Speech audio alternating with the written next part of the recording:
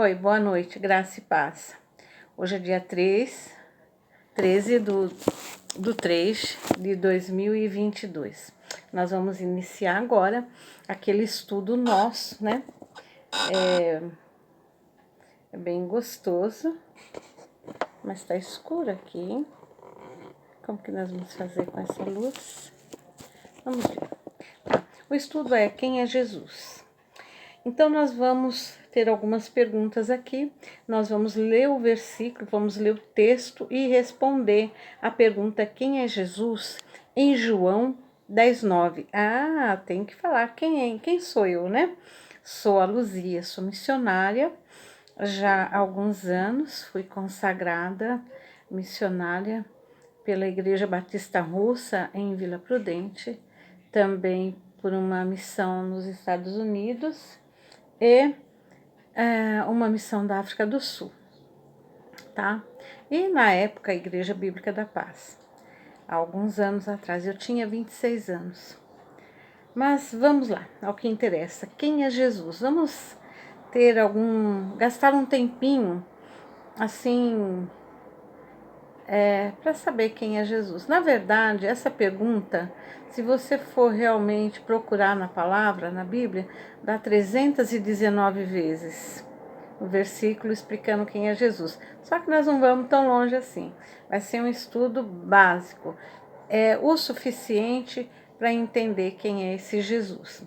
Então, em João 10:9, quem é Jesus em João 10:9? Vamos ler o versículo. O versículo diz: Eu sou a porta. Se alguém entrar por mim, salvar-se-á. Entrará, sairá e achará pastagem.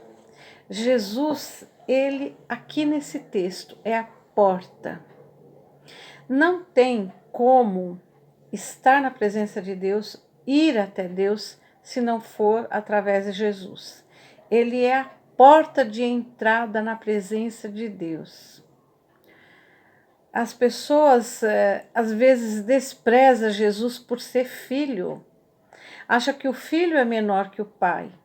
Se o filho é menor, o pai é mais importante. Então não tem essa de ir a Deus através de Jesus, porque parece que é uma coisa sem lógica. Sempre pensamos assim, o pai é maior. Só que não. Por quê? Porque Jesus já falou, eu e o pai somos um. Se ele e o pai são um, então veja bem, ele disse, ninguém vem ao Pai senão por mim. Quer dizer que temos que ir a Deus através de Jesus. E aqui nesse texto é Jesus a porta. Então quem é Jesus em 10:9? A porta. Tá fácil, né? Então tá, pode escrever isso aí, tá? Quem é Jesus em João 10:9? A porta. Jesus é a porta que nos deixa de frente a frente com Deus. Amém? Vamos para o próximo? 10:11. João 10, capítulo 10, versículo 11 e 14. Vamos ler esse texto. Quem é Jesus, então, nesse texto? Ele diz, eu sou o bom pastor. O bom pastor dá a sua vida pelas ovelhas. Eu sou o bom pastor e conheço as minhas ovelhas. E das minhas ovelhas é conhecido. Então, aqui Jesus está dizendo assim, eu sou o bom pastor. Epa, se ele é o bom pastor, há, assim, uma possibilidade que existe o mau pastor. Agora, por que Jesus está usando justamente essa palavra sou o bom pastor? O que tem a ver aquela época que Jesus andava aqui na terra de pastor? Porque agora falar assim, eu sou o bom pastor da vida para as ovelhas, fica uma coisa assim tão distante da gente, né? Só que não, hein? Por quê? Porque naquela época, veja bem, o serviço de pastor era uma coisa muito comum na região. Naquela região as pessoas viviam. Você sabia que uma das profissões que existia era fazedor de pregos? Tinha pessoas que faziam pregos, né? Mexiam com tipo serralheiro, né? Fazia machado, fazia enxada, enxadão, foice, fazia prego, tinha profissão de padeiro, tinha profissão de coristas, pessoas que trabalhavam com couro, com tecido, com lã, e existia também a profissão de pastor. E Jesus aqui, ele está usando uma coisa que era bem familiar para aquela época. Era fácil a pessoa entender quando ele falava assim: olha, eu sou o bom pastor e o bom pastor dá a vida pelas ovelhas. O que de fato fazia um pastor? Um pastor, ele cuidava de ovelhas. Vamos pensar um pouco como é esse trabalho de pastor. Veja bem, né? Aquela região quente, muito quente, extremamente quente. Então, o pastor ele precisava cuidar das ovelhas bem pela manhã, tirar as ovelhas do curral, saber aonde tinha uma grama verde, um pasto suculento, um lugar que ele pudesse alimentar suas ovelhas. Então, bem cedinho, antes do sol nascer, ele tirava a ovelha do curral. Então, levava a ovelha para pastar, para se alimentar. Só que a ovelha, ela é super assim dependente do pastor, ela é totalmente dependente do pastor. Ele podia ter escolhido qualquer animal daquela época lá para falar sobre que ele era o cuidador. Não, mas ele usou justamente a ovelha por ela ser um animal indefeso, frágil, um animal. Tem pessoas que até já ouvi falar isso, hein? Não sei assim pela ciência, mas já ouvi falar que a ovelha é um animal burrinho. E a ovelha é comparada a nós, um animal dependente, manso, dependente, frágil, assustado, amedrontado. O pastor que tem que conduzir, porque senão ela não sabe para onde vai. A ovelha não sabe procurar comida. Então ele leva ela para as pastagens, né? Tem que ser uma grama bem suculenta, bem fresquinha. E ali ela come. Só que o pastor tem que tomar cuidado também pelo tempo que ela vai ficar comendo. Porque nem isso a ovelha sabe. Ela tem um certo tempo para ela ficar alimentada. Ela não pode comer demais. E depois que ela está alimentada, o pastor leva ela para águas tranquilas, para um lugar tranquilo, de águas assim, calmas. Se tiver água agitada, ela não vai tomar água de jeito nenhum. Então ele tem que ficar olhando para ver se ninguém vai mexer na água, se não tem uma pedra, se não vem cachorro, alguma coisa para assustar, tirar o sossego da ovelha. Depois que ela toma a água, que ela já está alimentada, já a sede já passou, tal, ele vai precisar levar ela para um lugar de sombra. E ainda não acabou o trabalho dele, porque ele continua de olho para ver se não tem nenhum perigo, um urso, um leão, um lobo, alguém para pegar a ovelha. Então, o trabalho de pastor não é fácil, não. Mas eles faziam isso e às vezes ficava meses até fora de casa para poder ter um rebanho saudável, um rebanho que desse lucro. Então, Jesus usou essa palavra que ele era o bom pastor por causa do cuidado que o pastor tem que ter com a ovelha. Ele diz assim que nós somos como ovelha e ele dá a vida por nós, como de fato fez. Ele, como nosso pastor, ele deu a vida por nós, né? Então, olha que maravilha, que privilégio. Alguém pensou em nós, alguém nos amou a ponto de dar a sua vida. Esse é o nosso pastor Jesus. Então, a resposta aí, quem é Jesus em 10, 11, 14, é o bom pastor. Jesus é o bom pastor. Vamos para a terceira pergunta? Quem é Jesus em João 11, 25? Vamos ler o texto. Disse-lhe Jesus: Eu sou a ressurreição e a vida. Quem crê em mim, ainda que esteja morto, viverá. Veja bem, ainda que esteja morto, viverá. Você conhece bem esse texto do capítulo 11 de João, né? Ali está falando sobre a morte de Lázaro.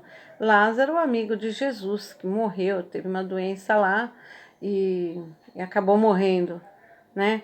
Você lembra que foram chamar Jesus e Jesus não veio no momento que chamaram ele, ainda ficou um tempo lá, tal.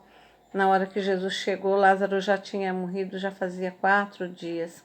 E foi um bate, né? Assim, uma ladainha. O pessoal começou a falar muita coisa ali, mas na verdade era um propósito mesmo de Jesus demorar para fazer essa ressurreição depois de 4 dias, né? Então Jesus falou para elas, olha, você não sabe que as pessoas vão ressuscitar? Ela falou, eu sei, Senhor, vai ressuscitar, se tu creres, verás a glória de Deus e tal.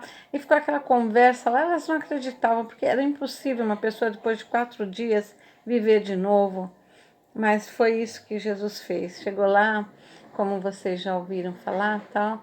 Lázaro sai para fora, Lázaro saiu, tal. Então ele fala assim, né? Eu sou a ressurreição e a vida. E quem crê, ainda que esteja morto, viverá. Lázaro tinha como crer? Não, não tinha como crer. Ele estava morto. Ele nem estava sabendo do que estava acontecendo. A pessoa, quando morre, ela está dormindo. Dormindo. Quem está dormindo, está dormindo. Ela não está ouvindo, ela não sabe o que está acontecendo no seu redor. E Lázaro estava no sono da morte.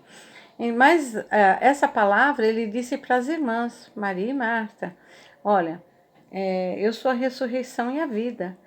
Nós estamos mortos nos nossos pecados, nos nossos feitos. Mortos para Deus. Porque quando Adão pecou, nós morremos para Deus. Existia aquela amizade, aquele estar com Deus toda a tarde. Adão tinha esse privilégio, Eva tinha esse privilégio. Mas na hora que entrou o pecado, acabou, filho, morreu. E Deus tinha falado, ó, não come daquela árvore, porque o dia que você comer vai morrer, filho, vai morrer mesmo. E morreu. Morreu. Então, o salário do pecado é a morte. Se estabeleceu aquilo lá e já era. Agora é assim, para sempre. Enquanto Jesus não voltar, vai haver morte. A pessoa nasce sabendo que um dia vai morrer. As pessoas, que bonitinho, mas vai morrer, um dia vai morrer, né? Vai fazer, vai cumprir sua missão aqui na terra, sim ou não, mas vai morrer. Então foi isso que aconteceu. Lázaro viveu de novo, mas Jesus está falando assim, eu sou a ressurreição e a vida. Se você vem a mim, se você me recebe como Salvador, você tem vida, você ressurge para Deus, você nasce para Deus. É uma nova criatura, como diz lá em Coríntios 5,17, tá? É uma nova pessoa, uma nova criatura, né? As coisas velhas se passaram, eis que tudo se fez novo. Eis que uma nova pessoa é, tá?